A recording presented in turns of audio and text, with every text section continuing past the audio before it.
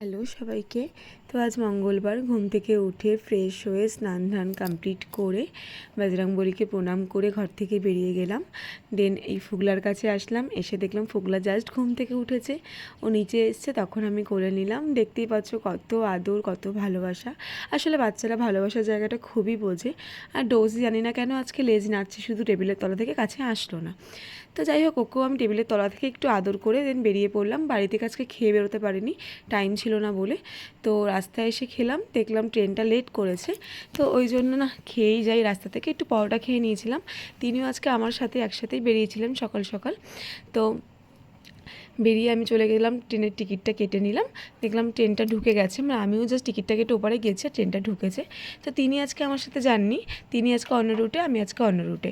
তো দমদম থেকে ব্যারাকপুর থেকে দিদিকে তুলে নিলাম, দিদির অপেক্ষাই করছিলাম আমি। হালিশহর থেকে ব্যারাকপুর অবধি একা গেছি, তারপর দিদির সাথে দমদমে নেমেছি। তো দমদমে নেমে দেখলাম 3 নম্বরে ট্রেনটা দেবে, আমাদের 5 নম্বরে নামিয়েছিল। আমি রেল লাইনটা ক্রস করেই চলে গেলাম, কারণ অনেকটা ঘুরতে হতো আমাদেরকে। তো তারপর আবার দৌড়তে হয়েছে লাইন ধরে, কারণ ওই 3 নম্বরের ট্রেনটা হট করে 1 নম্বর দিয়ে দিয়েছে। নাও ট্রেন লাইন ধরে আবার দৌড়, সেই ছুটে গেলাম 1 নম্বরে, গিয়ে ট্রেনটা ধরলাম। কী যে ভিড় ছিল দমদমে। হাসনাবাদ লোকালটা ধরেছি, তো দমদম ক্যান্টনমেন্টে নামলাম, নেমে আমার গন্তব্যে পৌঁছে গেছিলাম। একটু কাজেই গেছিলাম, কী কাজ সেটা আর বললাম না, পরে কখনো জানাবো। একটু জীবনে একটা ভালো কাজই করতে গেছিলাম বলতে পারো, একটা শখ পূরণ করতে গেছিলাম। তো তারপরে বাড়িতে এসে বাবা বলল 2টো পাস রয়েছে, একটু পার্ক থেকে ঘুরে আয়, পার্কে বিজয় সম্মেলনী অনুষ্ঠান হচ্ছে, ওখানে গেছিলাম।